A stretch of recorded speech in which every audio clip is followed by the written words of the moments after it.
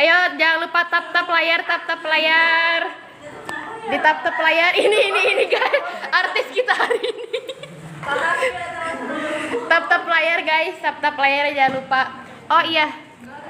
Apa ini, Pak? Speaker. Masukin kemana, Pak? Sini. Tempat.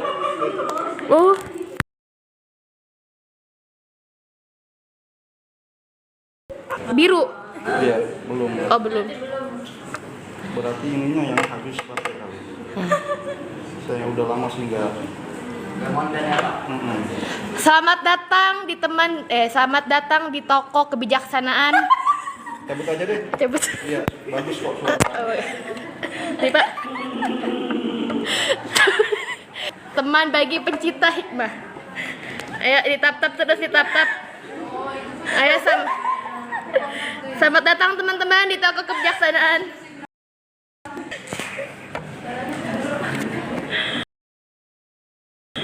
Ada orang kayak si Prita ya? Berapa penontonnya? Baru 0. Tenang.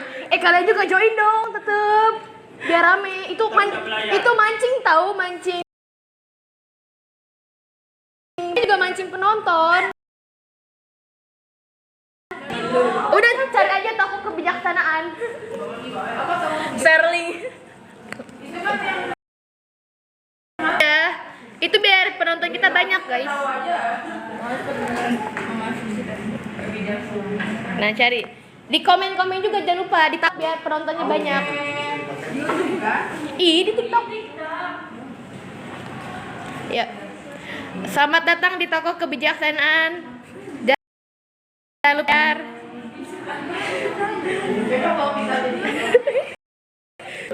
Gue juga lagi WhatsApp ke ini. Saya juga yang waring. Ntar duit saldonya nggak ada. Nggak bisa COD. Ya. Kita mulai. Udah belum? Udah Tuh. get on? POV apa POV? Udah get on? Molip, selamat datang Molip. Molip Kita siapa? udah mulai belum? Udah dari tadi ini mah. Perhatian teman-teman. Nggak bisa. Bismillahirrahmanirrahim. Assalamualaikum warahmatullahi wabarakatuh. Salam warahmatullahi wabarakatuh.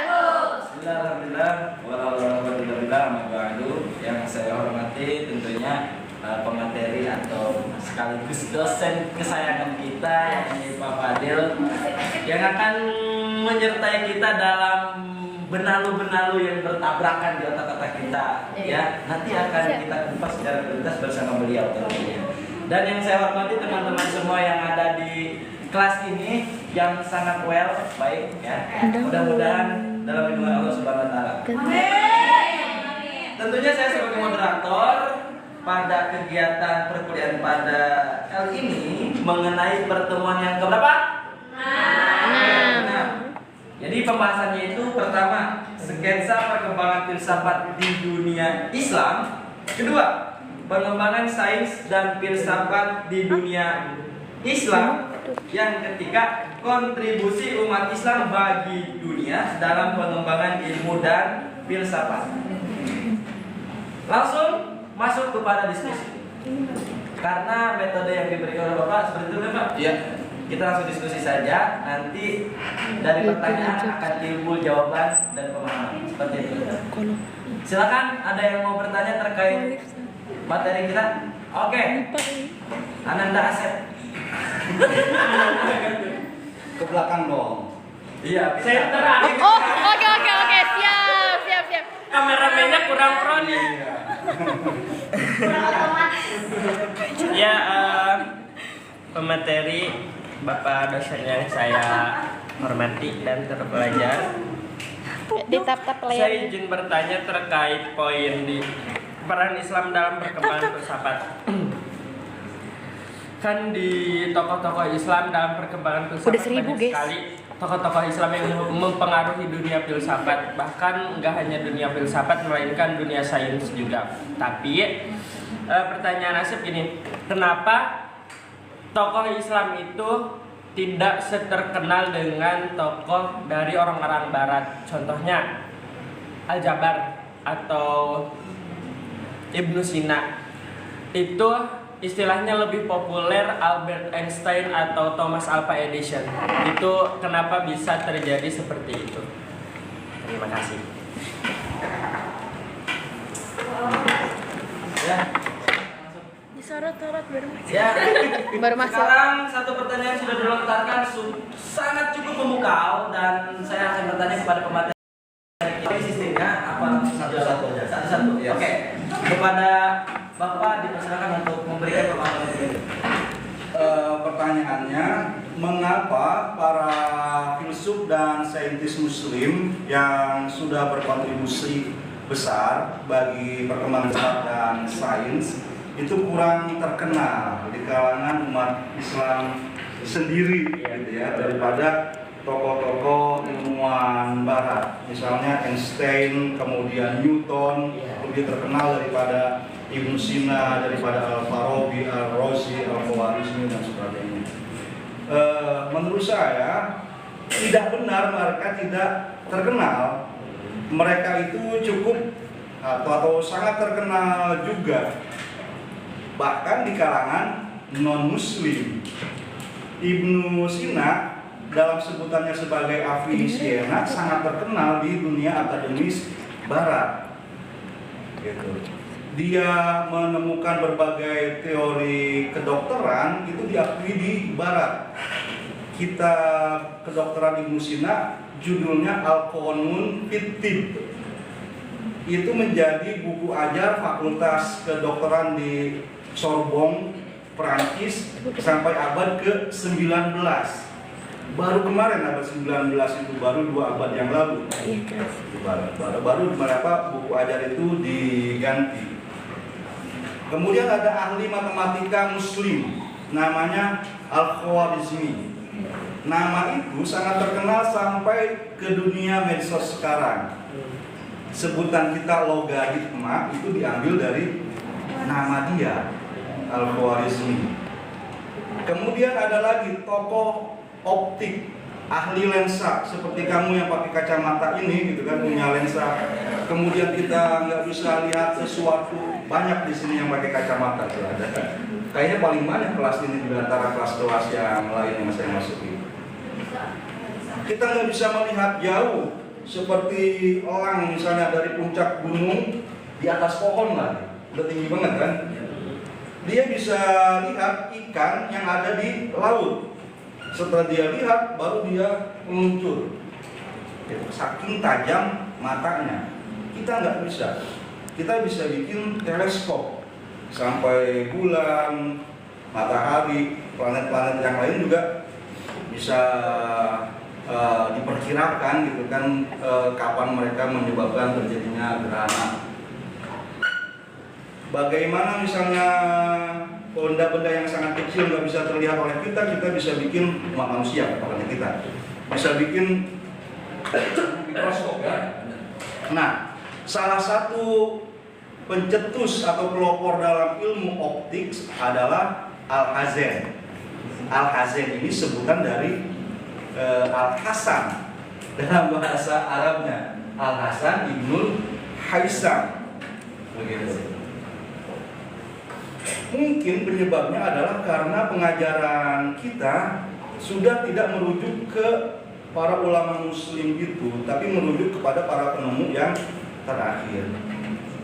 Mungkin juga para penemu terakhir ini menyembunyikan rujukannya, bahwa mereka mendapatkan ilmu ini sebenarnya dari para ilmuwan Muslim. Karena mereka nggak sebutkan, akhirnya kita terkecoh. Kita menyangka bahwa mereka lah para penemunya. Ya. Tapi seperti saya share di bagian akhir materi perkuliahan kita hari ini, itu dari kalangan umat Islam sudah ada usaha untuk memperkenalkan para ulama Muslim sekarang. Di situ kan yang saya share video-video tentang Ibnu Sina. Di atasnya itu ada link kanal YouTube yang memperkenalkan para ulama, para saintis, para filsuf Muslim selain Ibnu Sina juga. Nama Al-Hazen tadi, Al-Hasan Ibnul Haisam, nama para ulama yang lain banyak, itu bisa kamu tonton di sana. Begitu. Dalam bidang filsafat misalnya, Anda mungkin pernah mendengar bahwa aliran yang menganjurkan sikap ragu itu disebut sebagai aliran skeptisisme. Skeptisisme ini ada dua macam. Skeptisisme absolut, segala sesuatu itu harus kita ragukan. Dan skeptisisme metodis, kita meragukan sesuatu sebagai alat untuk memperoleh kebenaran, memperoleh pengetahuan, metode, gitu kan? Skeptis. Nah, nanti saya bakal menjelaskan bahwa skeptisisme metodis ini penggagasnya adalah René Descartes, gitu kan? Yang bilang cogito ergo sum. Iya, saya berpikir maka saya ada. Dia sangat terpengaruh oleh ulama Muslim yang sangat kita kenal, yaitu Al-Ghazali, gitu.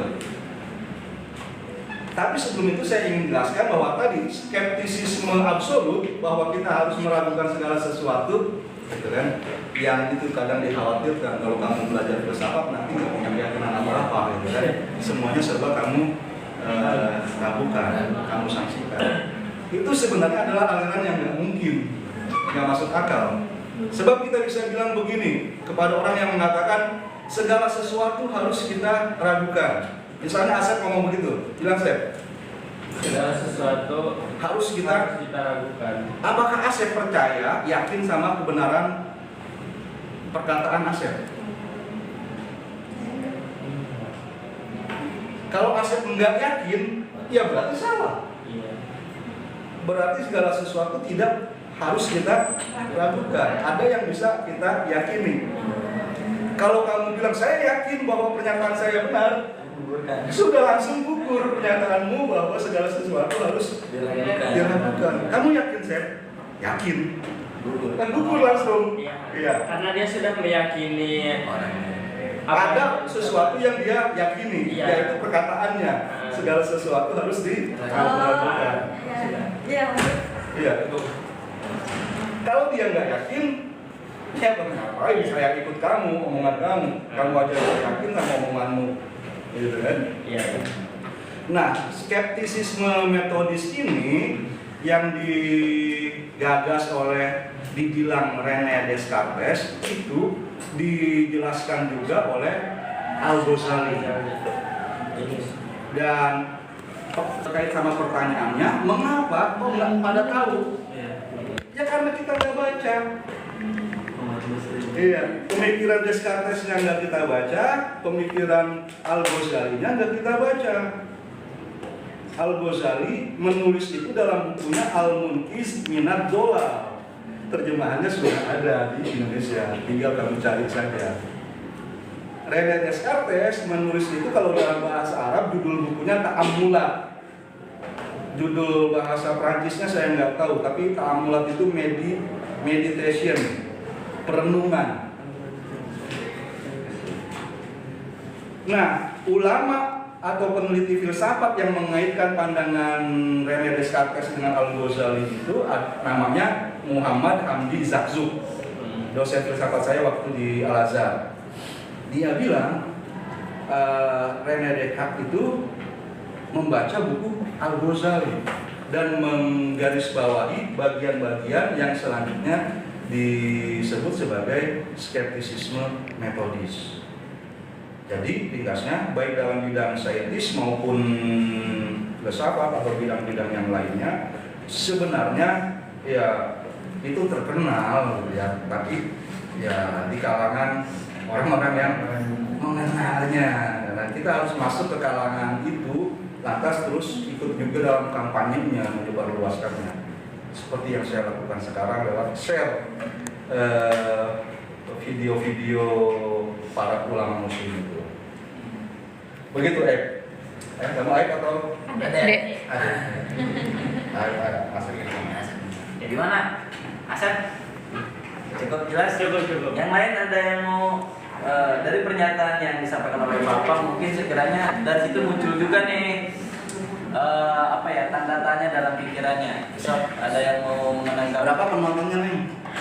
13. 13 lumayan. Biasanya 1. Bergantian. Iya. Untuk teman-teman online yang mau bertanya silahkan di kolom komentar ya. Pertanyaan seputar filsafat ya silahkan. Hosia sudah bergabung. Hai Hosia.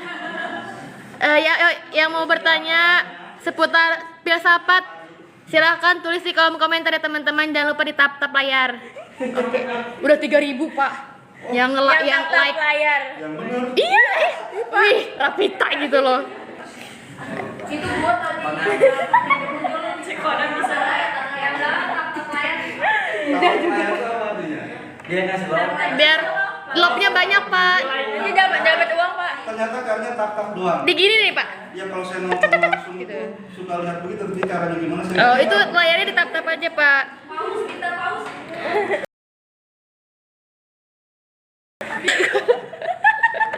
Gak ada pause. Molip sudah bergabung Molip. Jawab pertanyaan sebenarnya. Lanjut silakan, ada yang mau bertanya lagi ya? Bang, Ya.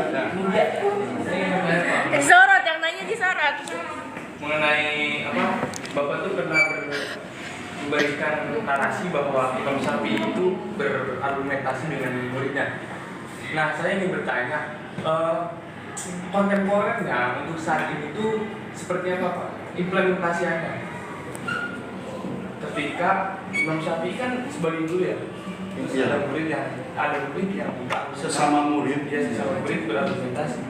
Artinya di situ memunculkan dialektika.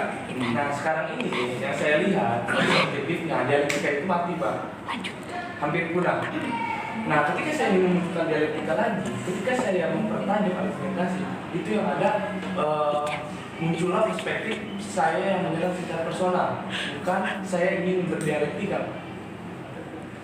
Nah pertanyaannya, menurut Bapak cara pengimplementasiannya yang tepat itu seperti apa Pak? Iya. Oke, pertanyaan sangat memukau ya. Itu mungkin nanti sedikit masuk ke bagian yang ke nomor 3 Pak itu. Kan kita ada 3 sub materi kontribusi umat Islam. Itu mungkin salah satu kontribusi yang digambarkan oleh Imam Syafi'i bersama murid-muridnya tadi. Langsung saja simak baik-baik teman-teman dan teman-teman online, jangan lupa simak, dengarkan, ini daging banget. Iya. Sebenarnya bukan hanya di bidang fikih ya seperti yang sudah kita bahas di pertemuan yang lalu, terdapat perbedaan pendapat atau majelis-majelis diskusi yang dinamis dalam sejarah Islam. Bahkan misalnya dalam bidang teologi jelas, kamu tahu mazhab-mazhab akidah, mazhab fikih kan yang terkenal, mazhab Abu Hanifah, mazhab Imam Malik, mazhab Imam Syafi'i dan Imam Hambali. Di dalam teologi juga ada banyak mazhab, ada Mu'tazilah, ada Asy'ariyah, ada Syiah, ada Wahabiyah dan sebagainya. Dalam bidang nahwu misalnya, yang pelajarannya rofa, nasab, jar dan jazm, itu juga ada perbedaan pendapat. Ada mazhab Baghdad, ada mazhab Basra, ada mazhab Kufah, ada mazhab Andalus, dan ada mazhab Mesir. Minimal ada 5 mazhab dalam bahasa. Misalnya mereka berbeda pendapat seputar kalau ada perbedaan kata-kata yang aneh, yang janggal, yang kita pakai itu tasrifan logis atau keberadaan kata janggal itu dalam syair Arab kuno. Mazhab Basra ikut kepada teori logis, mazhab Kufah ikut kepada riwayat. Selama ada riwayatnya, mau sejanggal apapun kita pakai. Jadi ada banyak, bukan cuma di fikih. Tradisi itu ada, gitu kan. Tapi lantas mengapa sekarang pada saat kita hidup itu tidak ada? Dari zaman itu hingga ke zaman sekarang itu kan sangat panjang sejarahnya. Malik bin Nabi pernah punya teori perkembangan peradaban seperti kurva turun naik itu per 7 tahun. Dimulai dari 0, Islam lahir pada abad ke-7 ya, Nabi menerima wahyu mulai naik. 3 abad berikutnya, 3,5 abad, yaitu abad ke-10 Hijriah, Islam sudah naik ke tingkat yang paling tinggi. Itu kira-kira pada dinasti Abbasiyah. Lantas dari situ mulai turun sampai ke titik seperti awalnya lagi di nol. Setelah itu dia turun ke titik negatif. Jadi mulai abad ke-13 dunia Islam jatuh, mulai dari runtuhnya Baghdad, dan selanjutnya kita hidup dalam masa kolonialisme, sehingga pada abad ke-17, abad ke-18 hampir semua negara muslim menjadi negara jajahan.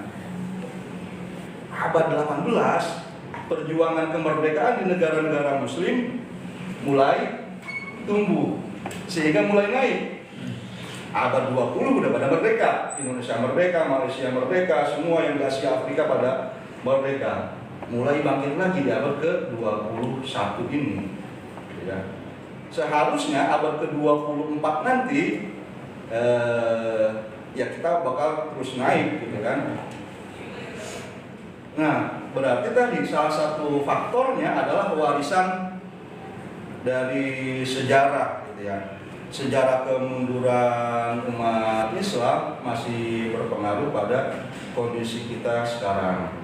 Budaya literasi misalnya belum kuat di kalangan umat Islam, bahkan ke kampusnya seperti yang kamu keluhkan gitu.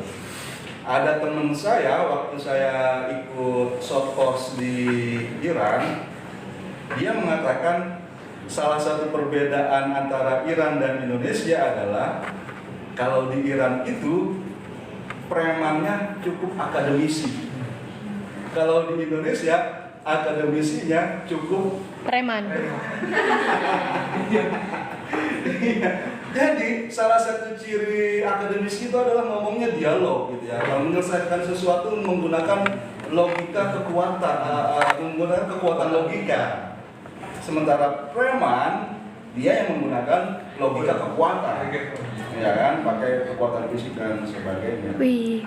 Kita akademisi pakai logika preman, nggak mau dialog tadi yang kamu keluhkan itu. Faktor lain sebenarnya ya jiwa akademis atau jiwa guru itu adalah dia menerima kritik dari muridnya. Karena yang dikritik jelas bukan personal seperti yang dibilang Mugia tadi. Semua pembahasan itu adalah terkait dengan tema ilmiah, enggak menyerang kepada pribadi siapapun yang mengatakannya. Yang penting seharusnya bagi seorang guru dan dosen, muridnya paham, mengerti, bukan mengikuti dirinya. Yang mementingkan orang lain mengikuti dirinya, namanya bukan pendidik, tapi politikus. Terserah lu punya pendapat apa aja, yang penting ikut. Politikus. Iya, kampanye gitu ya. Airin.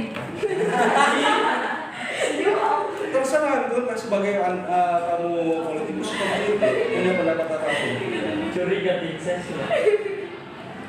Kemudian mungkin di sini yang 3 faktor cukup lah ya. Faktor ketiga itu berpikir kritis itu berat.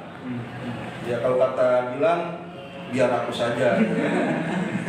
Yang kritis kamu udah aja itu mental kayak begitu. Nah, kita sekarang terdistraksi oleh media sosial yang bikin kita ingatannya kurang cepet gitu kan. Apa yang kita scroll tadi malam aja kita sudah lupa karena dibanjiri oleh konten-konten yang lain yang baru kayak gitu.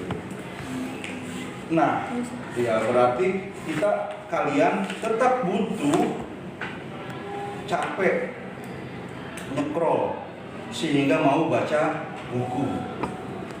Kenapa Pak Fadil baca buku rajin banget gitu ya?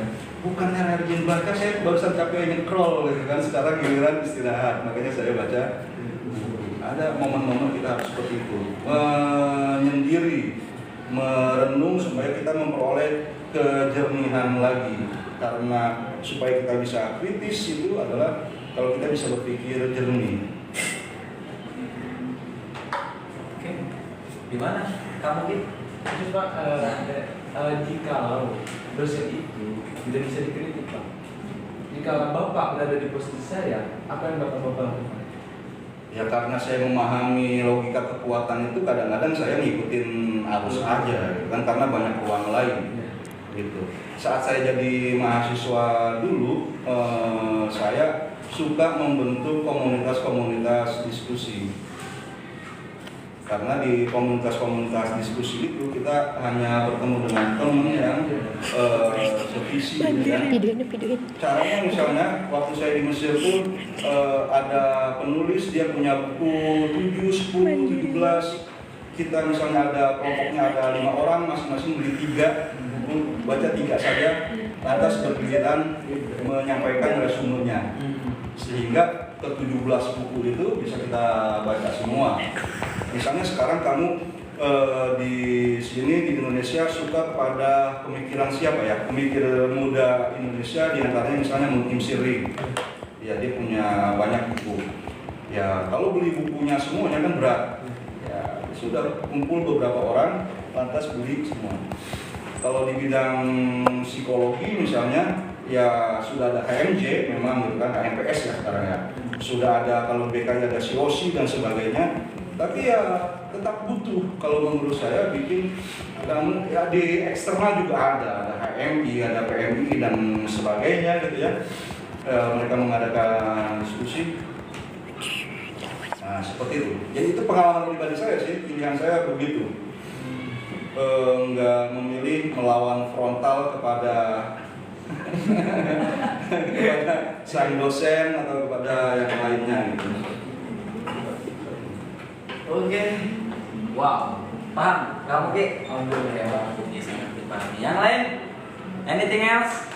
Banyak waktu kita untuk mengolah dan mengulik pikiran kita. Ke belakang nih. Iya. Ya kita. Semangat kita. Silakan Dita. Siap. Pertanyaannya saya catat. Kan di masa keemasan Islam itu banyak ilmuwan dan filsuf Muslim yang mengadukan pemikiran Yunani sama ajaran Islam. Nah, mereka kan berusaha menjawab kayak tentang dunia, terus manusia gitu Pak. Misalnya kayak Al-Farabi gitu sama Ibnu Sina. Nah, pertanyaan saya, bagaimana mereka menggabungkan logika dan ilmu pengetahuan dengan keyakinan agama itu? Oke, keren sekali pertanyaannya. Terima kasih Pak tuh katanya. Emang kadang gitu juga sih Pak. Kita kan nggak hidup di zaman mereka ya. Iya. Terus gimana gitu? Kita bisa artinya di satu titik kita tuh agamanya sama, namun pemahaman kita banyak berbeda di apalagi konsep filsafat kira. Iya. Terima kasih Dita. Filsafat diyakini menjadikan akal sebagai alat utama untuk menemukan kebenaran atau jawaban-jawaban dari apapun permasalahan kita. Ya, permasalahan kita itu diantaranya yang sudah kita sebutkan sendiri. Kita ingin mengerti tempat kita berada sekarang ini, alam semesta ini sebenarnya apa gitu ya. Bulan datar biasanya. Bulat datar, kapan dia mulai ada. Sekarang kita ada kan, nanti kita bakal nggak ada dari sini. Gitu kan. Sebelumnya kita tidak ada, yang ada adalah kakek nenek leluhur kita, dan sebelum manusia ada, bagaimana kondisi bumi. Apakah hanya ada manusia itu hanya ada di bumi saja, tidak ada makhluk yang lain? Apakah makhluk itu yang berakal hanya manusia saja dan sebagainya? Kita juga ingin mengerti tentang diri kita sendiri. Kita berpikir tentang manusia. Karena misalnya dalam pertemuan kita dengan orang lain, ya terjadi konflik, ya kan? Dan begitu terjadi konflik itu ya tidak menyenangkan diri kita sendiri juga. Kan kita nggak mau juga sudah pikirannya, sehingga kita mikir apa penyebab konflik ini, bagaimana mengatasinya. Filsafat mencari jawaban-jawaban dari hal tersebut melalui akal. Akal mencari jawabannya dengan cara apa? Dengan cara mengamati. Begitu. Yang dia lakukan adalah mengamati dirinya dan mengamati sekitarnya. Mengamati pakai apa? Ya, panca inderanya. Ya, pakai dia melihat, dia mendengar, dia merasakan. Kemudian data-data itu dia kumpulkan gitu ya dari pengamatannya dia, terus dia susun yang sama, dia gabung jadi satu folder gitu ya, yang berbeda-beda sehingga muncul banyak ilmu. Kalau dulu filsafat itu mencakup baik ilmu teoritis maupun ilmu praktis, gitu kan? Ilmu teoritis itu sekarang kayak fisika udah jadi ilmu tersendiri dan sebagainya. Dulu masih tergabung dalam satu keilmuan sendiri. Tapi itu semuanya pakai tadi penjelasan yang diperoleh manusia lewat penggunaan akal pikirannya sendiri. Dan kata Dita itu berbeda dengan agama yang juga memberikan jawaban untuk masalah-masalah seperti itu. Dan sumber jawabannya itu adalah dari wahyu. Wahyu itu adalah sesuatu yang disampaikan oleh zat di luar diri manusia, yaitu malaikat yang menyampaikannya dari Tuhan. Begitu. Nanti kita pakai akal juga untuk memahami isi wahyu itu. Iya. Untuk belajar nahwu sorof kan pakai akal pikiran, susah gitu kan. Untuk dan sebagainya itu pakai akal pikiran juga. Tapi di situ posisi akalnya ada di bawah wahyu. Dia dipakai untuk memahami wahyu. Beda dengan filsafat tadi. Pertanyaannya, bagaimana kita bisa percaya bahwa kesimpulan-kesimpulan akal atau filsafat tidak bertentangan dengan kesimpulan-kesimpulan dari penjelasan-penjelasan dari wahyu. Kita ambil misalnya konsep jiwa, karena kamu mahasiswa BKI ya, dekat dengan psikologi. Gitu. Apa kata Al-Quran, kata wahyu tentang jiwa? Salah satu ayat Al-Quran bilang wa nafsin wa ma sawwaha fa alhamaha fujuraha wa taqwaha qad aflaha man Zakkaha wa hadasaha. Jiwa manusia itu sudah diciptakan berpotensi kebaikan, tapi juga bisa cenderung kepada keburukan. Allah sudah mengilhamkan kepada jiwa kita jalan-jalan ketakwaan dan jalan-jalan kekejian, gitu kan? Kemudian bakal beruntung orang yang menyucikan jiwanya dan bakal kecewa orang yang mengotori jiwanya. Itu kata wahyu. Lantas menurut akal nih, kalau seseorang merenungi dirinya lewat akalnya sendiri tanpa itu dia jadikan misalnya sebagai sumber informasi saja, bukan sesuatu yang udah otomatis kita terima. Bagaimana kira-kira akal menjelaskan tentang jiwa manusia ini? Yang misalnya Ibnu Sina, salah seorang tokoh filsafat Islam peripatetis yang mengikuti Aristoteles artinya gitu kan, yang membagi jiwa manusia itu ada 3 macam. Pertama, jiwa nabati. Jiwa manusia seperti jiwa tumbuh-tumbuhan yang membuat dia kalau lapar nyari makanan, kalau haus nyari minuman, kalau kepanasan ya berteduh, kayak cari pakaian dan sebagainya. Kemudian ada jiwa syahwani.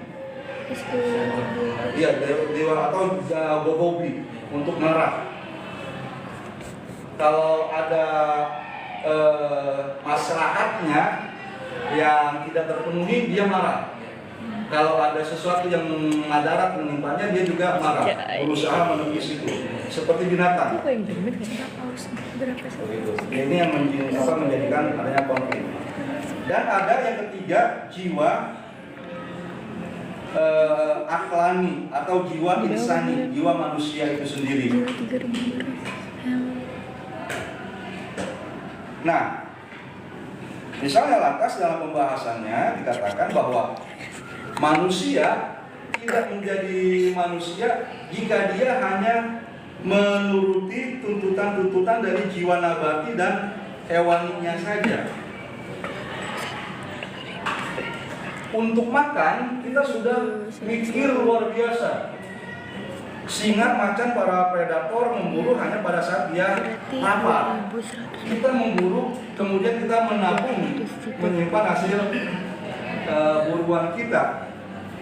Karena kita nggak punya taring dan cakar seperti taring singa dan macan, kita bikin senjata.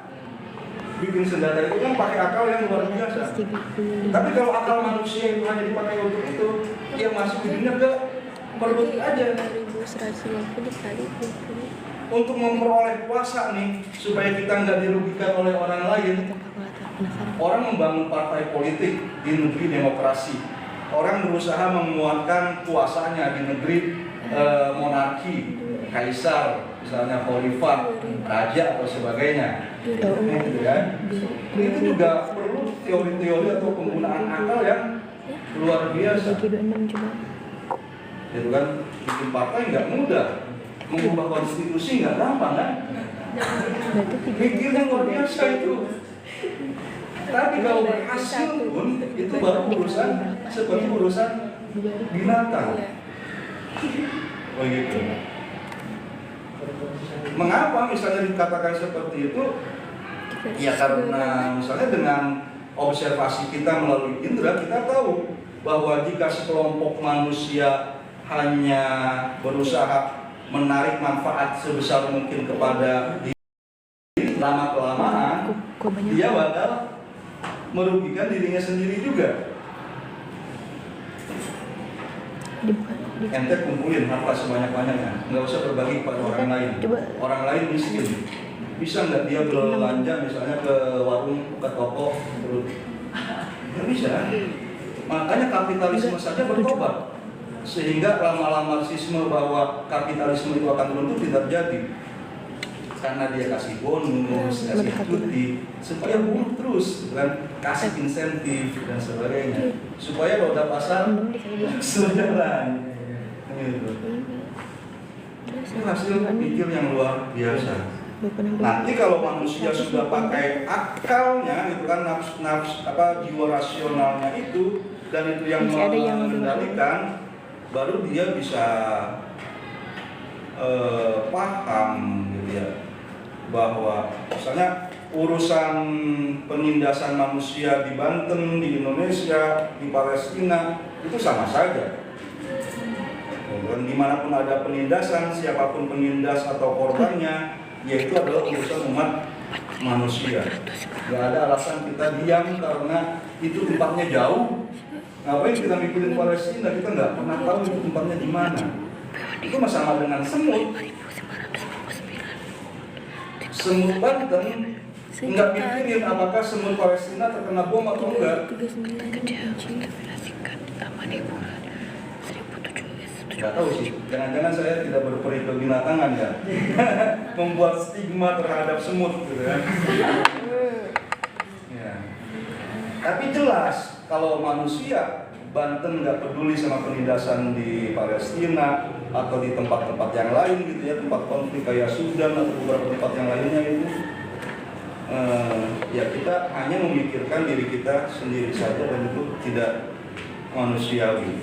Misalnya itu di situ terjadi keselarasan ya kita antara tadi tuntutan wahyu supaya kita meluhurkan jiwa kita, jangan mencemari jiwa kita dengan apa yang ditemukan oleh para filsuf. Dik dulu, Dik. Oke. Pertanyaan tadi dari Dita sekaligus kita break dulu ya. Jadi penarikannya itu kita dengan berpikir untuk menemukan isi wahyu yang sesungguhnya itu gitu deh. Jadi wahyu pikiran. Gitu. Oke, kita break dulu. Berapa dulu sekarang? Jam 10. Siapa namamu? Rapita. Rafita. Ya, kamu ambil kesialannya ya. Oh iya. Oke teman-teman, kembali sedih. Untuk yang sudah ngasih gift, terima kasih giftnya. Tap terus. Ada yang ngasih gift pak. Endul. Iya, jangan lupa giftnya di tap terus ya. Powered Audio System. Terima kasih sudah menonton Powered. Garing. Ya penonton hilang. Ya. Sebenarnya saya sudah bisa bikin keranjang kuning tapi lupa. Untuk teman-teman silahkan disapa teman-teman online-nya ya. Halo. Ini. Hai. Ini filsafat banget ini rambutnya. Hai. Halo guys, Molip mana Molip? Molip penonton setia top kebijaksanaan. Ini Molip guys. Molip. Di Palu gak ada rahasia sama gue. Mana yang punya akun H siapa? Oh ya. akun H ide. Berapa follower kita? Enggak kelihatan ya? Enggak kelihatan, Pak. Yang love ada 5.000, terus ada yang kasih gift 4. Wede. Adel, halo. Halo Adel. Halo. Win, terima kasih sudah bergabung Win. Halo Win, selamat pagi. Win, kalau ada yang bubu bertanya tentang filsafat silahkan di komen-komen ya. Halo. Luar biasa masih. Oh, Meli, terima kasih Meli, giftnya Meli. Gift pause dong. Gift pause dong. Yang nonton berapa? Edukasi kelas habis. Sabar. Ah? Jangan kan. Pokoknya ada 16 orang. Sekarang udah ada 16. Ada berapa like? Ada 5.000 3.000 5.000 5.300. 5.300 ribu. 5.300. 5.300.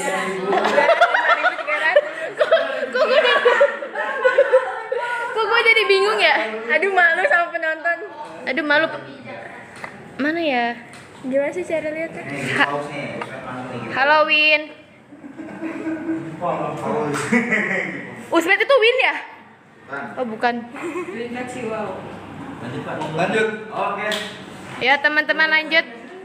Boleh lah. Di komen-komen. Diskusi itu artinya ketika Gak ada lonceng ya? Jadi gue ya. Lu kira Saka? Mohon perhatian lagi teman-teman, kembali ke laptop, fokusin pandangan, pikiran, dan hati. Silakan, ada yang mau mulai kembali? Oke, kamu lagi silakan. Bagaimana ini? Saya kemarin baca buku Urgensi Bersahabat dalam Kehidupan Masyarakat Kontemporer dan Selamat datang Aci. konkret dengan persahabatan dan kami sedikit membahas tentang ini dikutip dari Himyari Yusuf di halaman 2. Dia tuh berperspektif bahwa orang Islam itu harusnya ada hubungan vertikal dan horizontal. Hubungan vertikal itu antara manusia langsung berhubungan dengan Tuhan. Sedangkan hubungan horizontal itu antara manusia dengan manusia. Nah, apa yang saya ingin tanyakan, ketika ada orang yang sudah hubungannya vertikal, tetapi dalam horizontalnya yang kurang, menurut Bapak itu orang seperti apa? Ya. Langsung aja Pak, soalnya ini tadi kutipan. Iya. Saya setuju sama pendapatnya siapa Himyari tadi gitu ya, bahwa hubungan vertikal kepada Allah, hablum minallah bahasa agamanya, ya itu penting. Tapi hablum minannas, hubungan dengan sesama manusia, itu juga tidak kalah penting. Kalau berdasarkan teks-teks agama misalnya, ya yang disebut sebagai pendusta agama saja seperti apa? Ara'aital ladzi yukadzibu biddin fadzalikal ladzi yad'ul yatim. Pendusta agama adalah yang menelantarkan anak yatim, wala yahuddu ala ta'amil miskin, tidak menggalang kampanye untuk membangun food bank, bank makanan gitu kan. Sehingga para pengemis, para orang-orang yang di jalanan yang penghasilannya kecil itu nggak perlu misalnya mengeluarkan uang untuk beli makanan, ada food banknya gitu kan. Walaupun mereka sholat kan diancam sama ayat itu. Hubungan vertikalnya bagus lewat sholat, zikir, doa, baca Quran. Fawailul lil musallin alladzina hum an sholatihim sahun. Dibilang bahwa sholatnya enggak ngaruh karena dia lalai, enggak memikirkan makna sholatnya seperti apa. Atau misalnya yang lain, untuk haji juga. Haji hanya diwajibkan sekali. Kalau kamu mampu, itu hanya sekali saja dia perlu pergi hajinya. Tahun depan bisa pergi haji lagi misalnya karena 250.000 kecil gitu kan. 250.000 kan nggak perlu ngantri 20 tahun ya kan. Jangan pergi haji, bikin yayasan Mugia Institute memberikan beasiswa bagi 250 juta tuh UKT-mu cuma 4 juta. Ada berapa orang coba yang bisa diberikan beasiswa dengan sekali pergi haji? Kalau misalnya hajinya yang kedua yang udah enggak wajib. Jangan untuk beasiswa semua deh gitu kan. Yang sebagian mahasiswa ini sudah butuh untuk menikah, berikan gitu kan buat yang mau menikah gitu. Supaya mereka misalnya karena uangnya sangat banyak. Jangan nyewa Alphard untuk rapat sekali sehari. Siapa itu, Pak?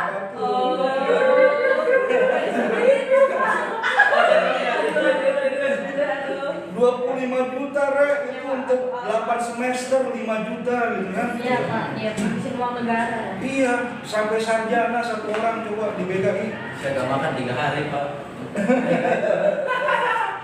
Iya. Jadi kerja sosial itu atau sebenarnya ada kesalihan individual dan ada kesolihan sosial.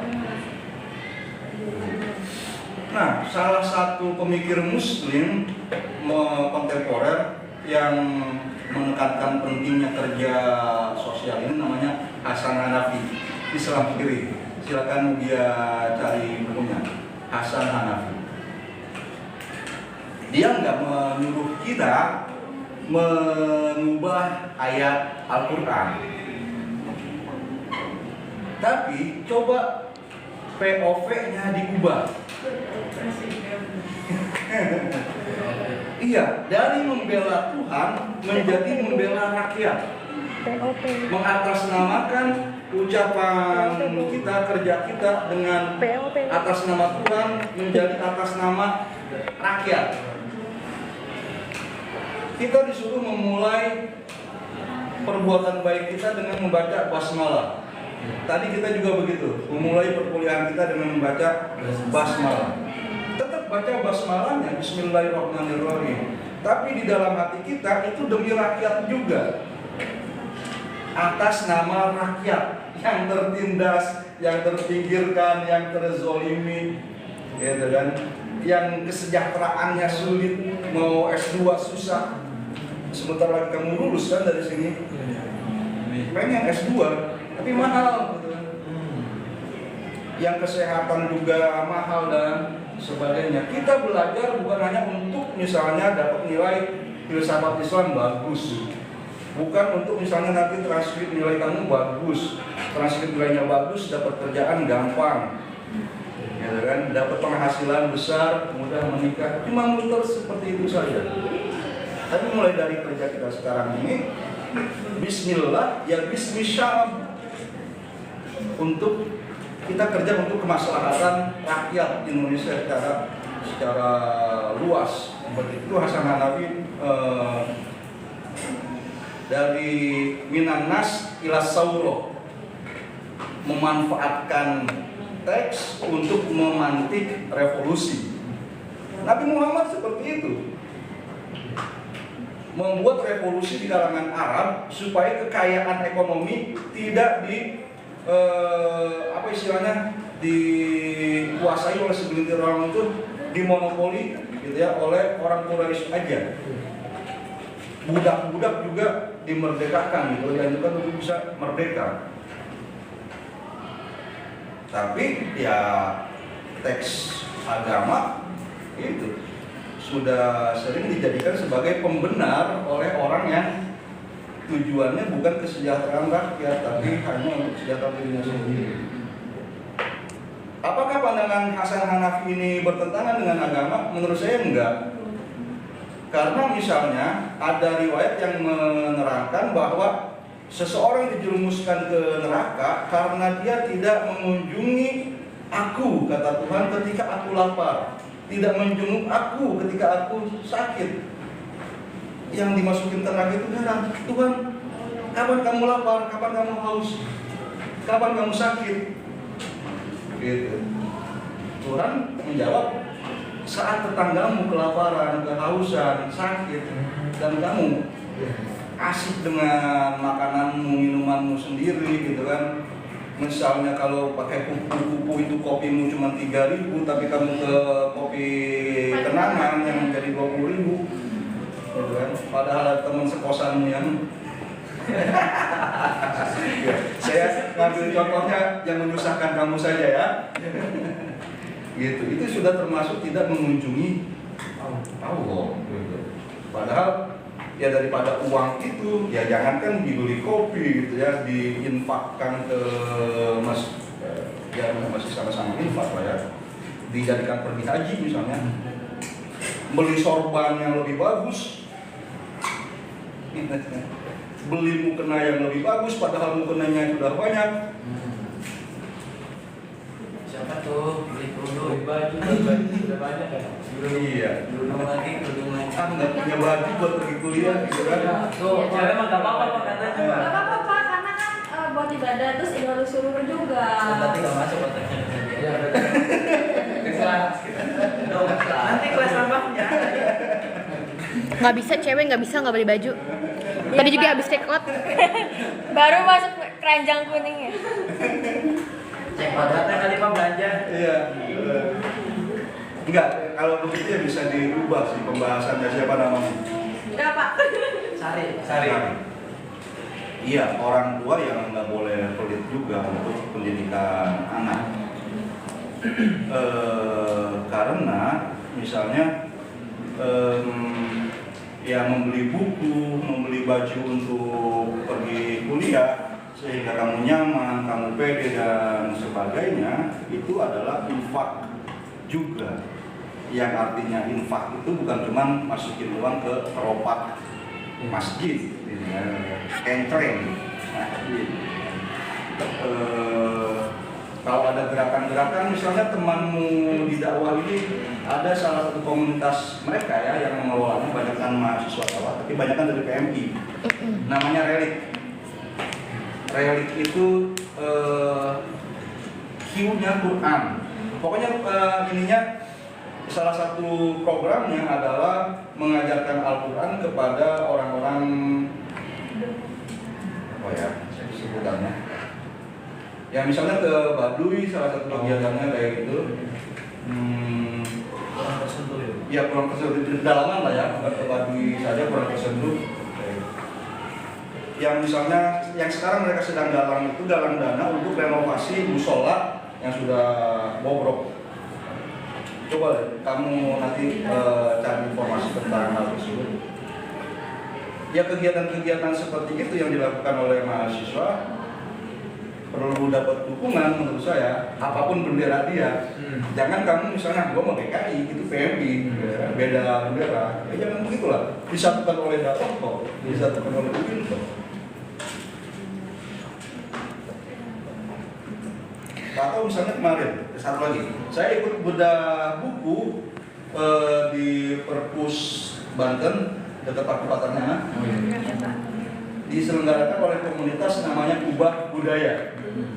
Itu anggotanya mayoritas dari Untirta, Prodi Sastra Bahasa Indonesia.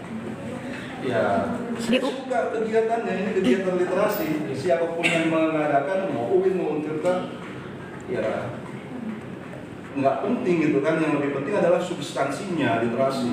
Benderanya itu ya hanya aksesoris saja.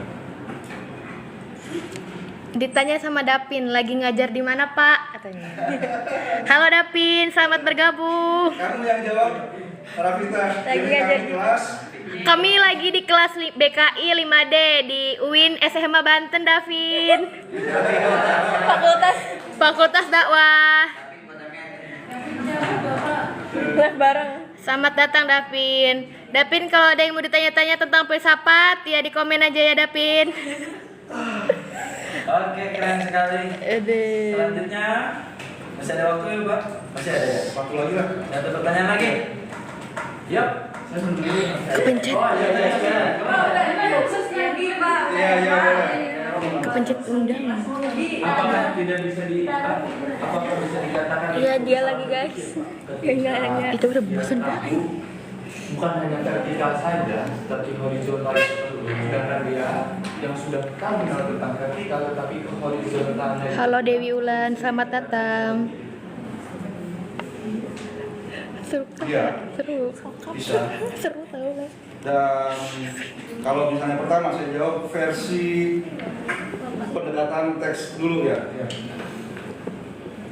Saya lupa teks hadisnya, tapi maknanya akan tiba satu masa Al-Quran itu tinggal tulisan, kurang dipahami. Kemudian dia juga bacaan yang hanya berasal dari tenggorokan saja, nggak sampai datang dari hati, kurang lebih. Dan secara alamiah menjadikan agama itu aksesoris pada level seperti itu pertama mudah, ya. Membaca sampai menghafal itu masih bukannya hot ya, bukannya high order thinking, tapi low order thinking gitu masih. Cuma membaca dan menghafal. Kita sudah diajarkan kalimat thayyibah, tasbih, takbir, tahmid dan sebagainya sejak kecil. Belajar menghafal surah-surah pendek sejak kecil. Sudah tahu qul huwallahu ahad dan selanjutnya. Untuk hotnya, high order thinkingnya, itu kan kita memahami tauhid. Memahami tauhid tidak hanya Tuhan itu ada, misalnya sifat Tuhan itu maha adil, maha pengasih dan maha penyayang, kita tetap yakini juga. Walaupun misalnya doa, zikir, sholat kita udah rajin, tapi misalnya kegagalan atau keberhasilan yang kita idam-idamkan belum terwujud. Kita tetap paham bahwa Tuhan tetap maha Ar-Rahmanir Rahim. Alhamdulillahirrahmanirrahim. Jangan cuma baca doang Alhamdulillahirrahmanirrahim tapi Allah nggak adil gitu ya. Sholat saya rajin, doa saya sudah rajin, tapi kok apa yang saya inginkan belum juga terwujud gitu.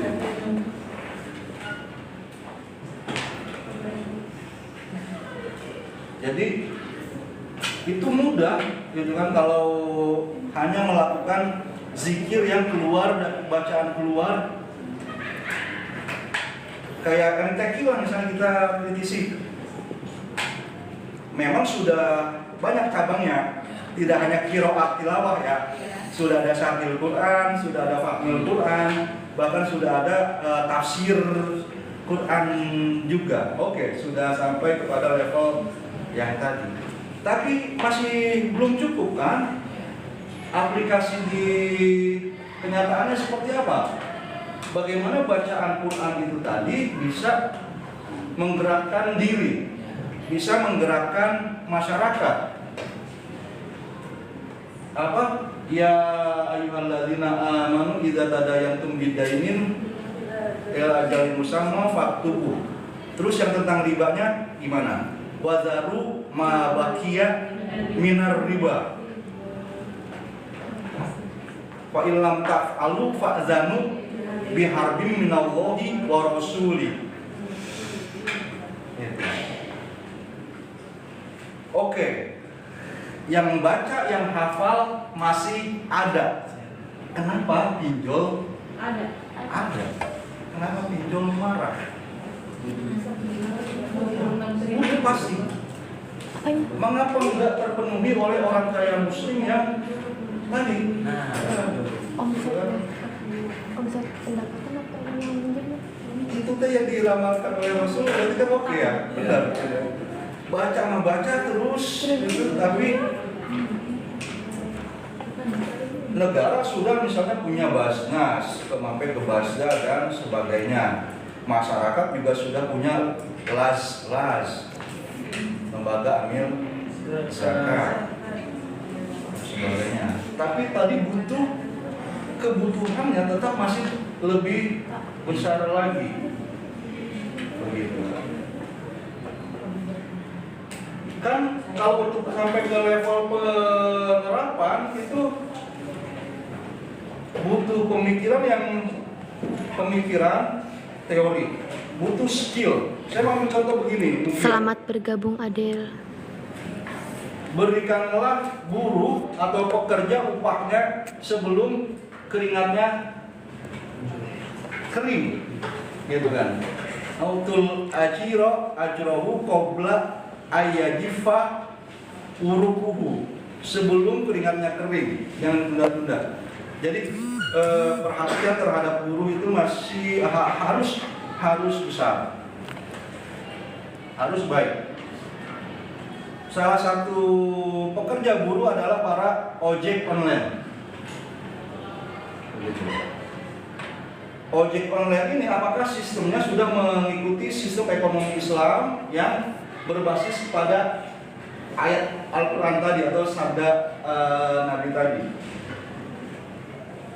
Dari demo para ojol gitu kan, membuktikan ya masih mereka belum puas. Nah, ketidakpuasan ini kan berarti masih ada yang salah. Atau misalnya yang memberikan tip, oke, kalau kita naik ojol gitu kan, lantas berikan tip 1.000, 2.000 atau berapapun itu bisa di sana. Itu oke. Tapi misalnya jaminan dari perusahaannya seperti apa? Kalau saya pegawai negeri punya BPJS di sini, perusahaan-perusahaan juga punya asuransi sendiri. Apakah para ojol itu diberikan juga jaminan kesehatan oleh penyelenggaranya tuh, platform ojek online-nya? Iya. Misalnya enggak. Jika itu enggak, oke, iya misalnya enggak usah takut ya kan? Misalnya enggak, berarti kita sebagai muslimin harus menerapkan itu kan? Bikin platform sendiri dong. Yang di platform ini para ojolnya lebih terjamin, lebih terpenuhi haknya seperti yang diharapkan oleh muslim. Pertama adalah susahnya bagaimana bikin aplikasinya. Kedua, kalau sudah bikin aplikasinya, bagaimana dia bisa diterima oleh pasar menyaingi Brand. iya, brand yang sudah ada. Para perempuan, terakhir nih, Adek. Setiap bulan ada tamu yang datang. Iya, bulan yang datang kepada perempuan setiap bulan, gitu kan? Ayatnya ada di Quran. Yas'alunaka anil mahid. Qul huwa kaza. Siapa yang bikin pembalut? Apakah pabriknya pabrik orang muslim atau non muslim? Muslim. Non-muslim. Ya Pak. Bapak Labaik aja yang punyanya bukan orang Islam. Siapa? Labaik. Labai. Namanya udah kaji banget itu kan. Baik. Labaik chicken. Baik itu kan tidak baik berarti Pak. Iya kan? Tidak. Baik dong. Baik. Beda tafsir itu mah. Baru tahu saya. Oh iya. Kalau ini Haji Mimin. Udah Haji Mimin. Berarti itu yang pakai pabrik karya pabrik luar. Tapi itu kalau Jumat tutup tau Pak. Udah baik. Soalnya itu udah baik, kalau sekarang nggak baik. Semua counter Labaik. Padahal nggak mesti juga kalau yang jagain perempuan kan nggak apa-apa. Iya. Terus pelayannya juga kayak Islami banget. Iya kan? Pakai peci, pakai ini, gamis. Coba Ge. Enggak cewek. Buka. Oh, nggak bisa buka. Ini nongol nggak? Tanya Pak, Ya, oke, nggak apa-apa. apa benar aturan agama atau syar'i itu tidak akan menjadi jelas kecuali melalui akal pikiran. Nah, kalau misalnya akal pikiran kita belum sampai, apakah kita bisa disebut itu suatu kesalahan? Ya. Nomor langsung ya. Saking semangat ya, moderator aja dilewati. Yang pertama, iya. Ada hadisnya, ad-dinu aklun, la dina liman la akla lahu. Agama itu adalah akal, itu harus dipahami dengan akal. Tidak ada tuntutan, tidak ada dampak keagamaan atau yang lain bagi orang yang tidak punya akal. Makanya ada hadis yang lain bilang rufi al-qalamu an salasin. Orang nggak punya tanggung jawab keagamaan dalam 3 keadaan. Anak kecil sampai dia dewasa, orang tidur sampai dia bangun, orang mabuk sampai dia sadar.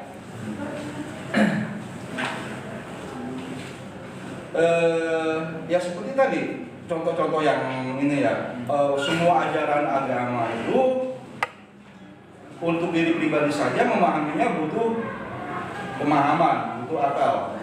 Jadi kamu para mahasiswa nih pesan sedikit ya, makanlah makanan yang bergizi, yang nutrisinya baik. Iya, karena kerjamu kerja otak gitu kan, itu walaupun cuma duduk dengerin tapi menguras energi yang besar. Sarapan dulu kalau nggak puasa mau ya. Tapi yang kedua, saya nggak setuju. Siapa namamu? Husni Mubarak. Ya, Husnila Juwati. Husni Azwari. Orang yang nggak bisa memahami, nggak nyampe gitu ya akalnya untuk memahami teks-teks Al-Quran, itu keberagamaannya tetap sah, ibadahnya tetap sah, berdampak pahala dan surga. Karena rahmat Tuhan membolehkan umat manusia ini menjadi mujtahid atau muqallid. Begitu. Mujtahid adalah orang yang akalnya nyampe. Dia terlatih, terdidik untuk bisa memahami apa yang boleh dan nggak boleh dia lakukan dengan mencari sendiri ke dalam teks-teks ayat Al-Quran. Tapi itu jumlahnya sedikit. Jumlah terbanyak adalah orang yang boleh taklid, baik dalam urusan perbuatan maupun dalam urusan keyakinan. Itu manusia boleh bertaklid. Walaupun nanti misalnya ya bisa dibilang balasannya ya, dampaknya di surga bakal berbeda. Tinta ulama yang bisa istihad kan, itu seberat darah para syuhada. Darah para syuhada itu kan yang timbangannya paling mahal, atau bahkan nggak perlu ditimbang lagi, langsung masuk surga. Nah, tintanya para ulama senilai itu juga. Maka kalian ya bersemangatlah belajar supaya bisa meraih level itu tadi. Akalnya memiliki kompetensi, kredensi, mempunyai kemampuan buat memahami ayat-ayat Al-Quran. Ya fa'illahul ladzina amanu minkum wal ladzina utul ilma darajat. Gitu kan, keutamaan para ilmuwan itu memang sangat besar, tapi orang yang tidak berilmu juga ketika taklid ibadahnya semuanya sah. Tapi misalnya ini ada tambahan ya di luar pertanyaanmu Husni. Adab untuk para mukallid dan mujtahid itu adalah yang menghindari perdebatan sebenarnya. Udah mau mukallid berisik lagi melihat orang lain yang cara ibadahnya berbeda. Padahal dia tahu juga melalui gurunya kan, bukan dia tahu sendiri Tuhan pengen begini, Rasul pengen begini. Yang menjelaskan adalah gurunya. Kenapa misalnya saya sholat tarawih 20, contoh, enggak 8 misalnya. Kalau saya mukallid kan karena misalnya bapak saya ngajarin begitu, guru saya ngajarin begitu. Pada saat ada orang yang sholatnya cuma 8, ya seharusnya saya diem aja kan, nggak usah ribut-ribut. Tapi kadang-kadang di Indonesia masih ada aja ribut. 28, kunut, basmalah jahat atau sir.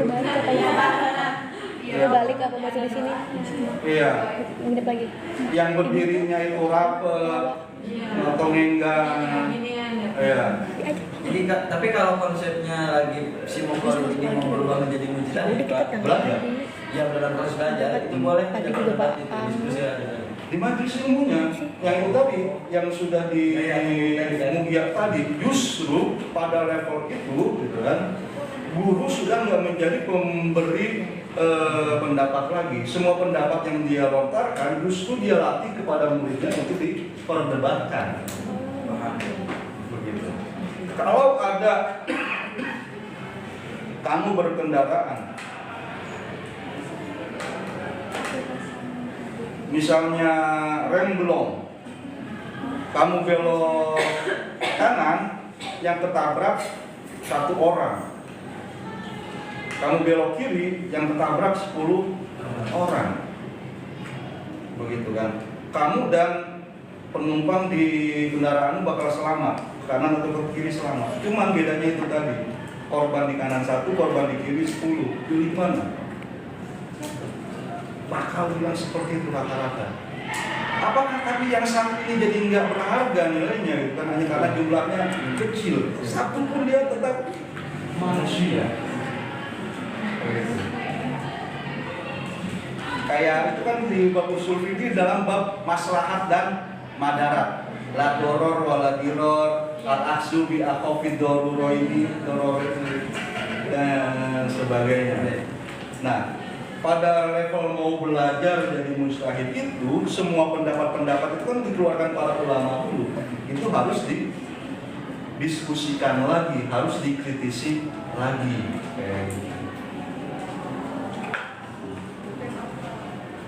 Oke. Alhamdulillahirabbil alamin. Ya, sudah cukup banget.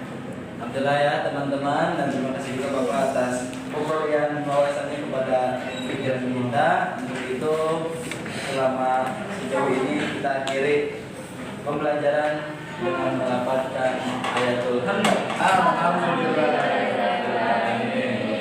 Saya Dede sebagai moderator, dan terima kasih kepada Bapak Fadil yang sangat luar biasa dan bijaksana dalam menyampaikan isi pesan dan pemahaman yang wow. Wow. Wow. Waalaikumsalam warahmatullahi wabarakatuh. Oke teman-teman, dadah.